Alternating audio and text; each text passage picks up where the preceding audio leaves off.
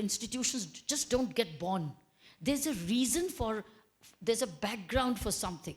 So India Vision Foundation ki background kya hai? That is in part 1 of this film. Then we'll show you what India Vision Foundation does, so that you can connect the cause and effect. And the turning point of India Vision Foundation was when I got the Ramon Magsaysay Award in 1994. Because this is where the award was dedicated to the founding of India Vision Foundation. But what led to the reform, to the award of 1994 is part 1. And then when the foundation award, the award came, it was dedicated to India Vision Foundation, and it continued, it's consolidated and also grew. So that's how this is in part 2. We will, within the time frame, I'll show you the quick, move the film quickly for you. Not the film will move at its little pace, but also show you the slides as it goes. All right, so you are entering now the Tihar prison, which beautiful part of our archives. This is how it was. When I took over, friends, inside the prisons were 10,000 prisoners. They did not know when it was day or when it was night. None of them were allowed wristwatches. So they didn't sleep at night. They kept awake. It was like a human zoo. When I first visited the prison, it was a human zoo. And everybody was shouting whoos, like the zoo sounds at night. It was a vulture-culture. Culture. It was like if somebody dies inside the prison, a judicial inquiry will happen. That means the vulture will come to pick up the dead body. It was like a vulture culture. And this is how my office looked like. When I first joined and I sat into this office, since nobody was sitting as Inspector General in the prison, the rats were finding me as an intruder. And that's how the rats were there. This is how inside milk was being adulterated. This is what has happened from inside the prison, as was reported to me from insiders. They have drawn this, not me. This has been drawn by insiders.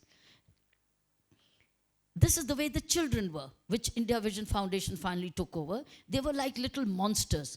They only knew how to play with insects, or go after cats, or pickpocket each other, or speak the 302, 306. They knew exactly the way the courts speak, because these children were not into any school, and they all had come with their mothers who had committed the offenses. So children and mothers were staying together in one common barracks, which I'll show you gradually. But they were all playing. This is all reality of the time when I took over, as reported. This is the way smuggling was also going on hugely. That in books, when the visitors came, the books were, and this is how the tobacco and drugs were coming.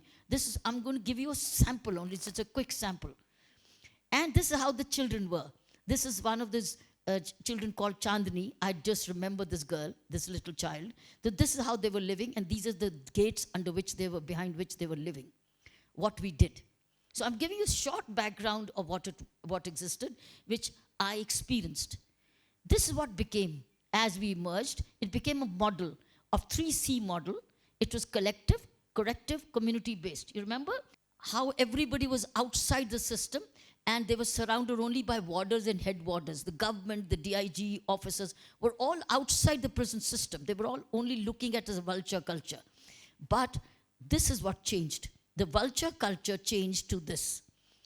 It became a ship in which now everybody was working together, collective, corrective, and community-based, called the 3C model. I'll explain to you as it goes. This is how an inmate drew, how everybody's at work. Nobody's free, everybody has a goal, and the ship sailing together. There's no vulture in this ship. So it was a vultureless, non-exploitative system where everybody had something to do and something to look after. This is how our youth programs began. We also had the youth prison, and this is how we start to work with them. All prisoners, collective, corrective, community-based, meant the educated prisoners were now made into panchayat systems, and to which they were teachers. And they were being regularly briefed by Mr. Sunil Gupta, who was the deputy superintendent at that time. These are all graduates who had to become teachers. This is how we were running regular education classes for all. And these school bags were donated school bags coming from schools outside, used school books, but everybody was according to classrooms of their need. This was like an English language class. All those who wanted to learn English. This was a Nigerian prisoner who was taking that class. This was a French class, which was the foreigners wanting to learn French. And the French material was given by the French embassy. This is how women's education programs began. This is how adult literacy programs, see, age was no bar. This is how yoga came in. And this is how yoga continued. There was a yoga hour. We were ahead of the time of the Yoga International Days. Skills training program. Object was everybody learning something and not waiting to get out. But of course go out, but go back learned. And then skills training programs, as I explained to you. Women were at work, and now we were exporting this work. Most of them women were at work. And we were even doing fashion designing inside the women prison, as you saw, within the same premises, within the same budget. There were no budgets for any one of this work, friends. It is all community-driven. That's why it's collective, community-driven. Collective, community-based program. This was not budget-based. It was all people-based. These were the children. See, these are all borrowed chairs, all donated chairs, all came by donation. Many children were born inside the prison. This is how we started to celebrate the days with them, schooling for them inside the prison. This within the same premises where they were monsters, now they were singing these songs. And then inside the prison, along with these children were coming from outside the prisons to perform. And now we were calling it Tihar Ashram. Nowhere is it called Tihar Jail. We called it Tihar Ashram. This is how music was introduced. These are all foreign prisoners. We brought in guitars so that they can play. One of the story I remember is, I got them a guitar. It was somebody's birthday. And I was on a round in the prison, and he was crying and he was missing. So I said, what gift do you want? He said, ma'am, I'm a musician. I'm missing my guitar. And that's how a guitar was gifted to this prison, and this class began. We celebrated all festivals. This was Christmas inside the prison. All these days, this was a joker inside the prison. You see, in the prison, you have a society. We brought in 1,000 meditation program called the Vipassana meditation program. 1,000 prisoners who sat together in meditation for 10 days of total silence. And this was created history inside the world anywhere where the largest meditation program was held, called the Vipassana meditation. This center is still running inside the prison. This is how it looked like. We gave them all, this is how they can only speak to their teacher. Now comes the birth of the India vision. This was important for you to know how was IVF born, against what background. So the vision, as I said, mission is the save the next victim. And we continue to look up to this. Have a look at this. Now you are entering the prison. We started a bakery unit inside the prison, which provides crores of rupees of welfare fund today, because it provides bread to 12,000 inmates. Bread which is sold by the bread unit. So that was the India vision. It came from the award money which we set up. And they get fresh bread and the namkeens. Now they're called TJ Special. They could have been called India Vision Foundation Special, but they changed the name to TJ Special, Tihar Jail Special. This was our first newsletter, and this was our look into the prison. See, the monsters are no more with their mothers, they are in a school. Yeah, so we are now on annual day celebrations where even Dr. Kalam came, and this is one of our child. Remember, children, small children? These are those grown-up children now. So you're going to see age picking up with these teenagers. This was Dr. Kalam's visit. We have also then, who became the king of Bhutan, also came for certain events. And then we also have Panditji. We did a book release there. Then we have a great book called Fateh. This has been written by the inmate women who've grown up, boys and girls who've grown up, telling their own stories in their own handwriting. This is a book called Fateh, Triumph Over Tragedy. This is a combined book written first hand and in handwriting. We didn't go in for typing because you would have never believed it. We asked them to write it in their own handwriting. So children have written this book in their own handwriting as you flip through the pages. So this is a news clip of how we celebrated 25 years. This is exactly that. These are the areas, impact of 2022. In just 1 year, we would, and imagine we've done 27 years now. In just 1 year, our reach has been 1,86,551 in the areas of programs, rehabilitation, creche inside, children of vulnerable families, and training of prison officials.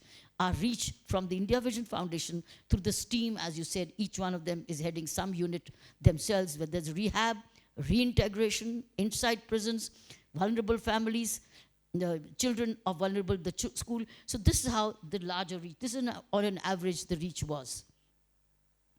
Now we've also received a wonderful award which has been recognized. This is the team, first international collaboration with Maldives officials, as we've almost reached the latest. Is the strength of this country. Friends, it's unparalleled. I've had international conferences on prisons. They've heard the meditation program, they heard our education, and zero cost to the government. Can you imagine a program? Why was it zero cost? Because there was no budget for reforms. It was British written manual, and British manual was only punitive till they made a new law. But even now, there are not many teachers, but we had 10,000 people studying inside the prison, making them, many of them came with thumb impressions, and on going, wrote their name, and took their school bags with them to show it to their children that they studied here. This totally eliminated riots, communal problems. I didn't have a single riot during my time because of the feedback box. And the feedback box is a new practice which doesn't exist anywhere in the country, in the world, where there's an open feedback box directly to the hierarchy, to the top. And any prisoner could write anything. And they wrote. And the book, It's Always Possible, has a chapter called the feedback box, the petition box, the pulse. It told you everything. As Inspector General, I exactly knew what was happening. I could go about and correct it by morning rounds. Again, this is a solution. Today's corruption cannot happen. The news you read about corruption inside the prison cannot happen if they do this. And it doesn't cost you anything. But if the leadership itself is getting involved into conspiracy to make money, then things happen as you read.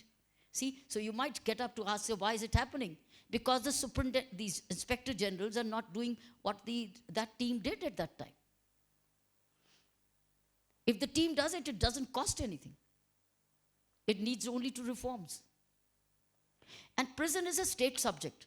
Every prison chooses reforms in its own way. And you need many more NGOs, but all NGOs don't have this inclination also towards prison reforms. And they also need resources. So everything comes back to willingness and resources, both. And also support. If the prison does not allow you to come, what will you do? It needs permission. And they'll say, no, we're not permitted, you're not safe. Finished. Why did no NGO come before I went? Because they were not being allowed. It's not that they were not there. They were all waiting to go. But their application was not even entertained. No, not my credibility. It's their acceptability. I draw inspiration minute to minute. You are too inspiration. This is an inspiration for me. The fact that you asked for this cause was another turning point for India Vision Foundation. See, for me, I think every call, every happening is an opportunity to do better and contribute better. So there's no one turning point. I think turning point goes from the time Daddy put a racket in my hand and as a 9-year-old said, go play tennis. That was the turning point.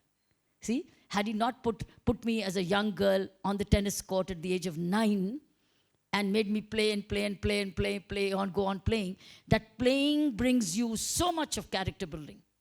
You compete, you pray, you practice your stamina, working with the boys, traveling all over the country. See, these are turning points. But turning point is when the parent, you don't even know, and the parent is putting you into the swimming pool saying, go learn diving. You don't even know. Say, mujhe doobne ke liye chhod diya. You know, no, you're going to be a champion.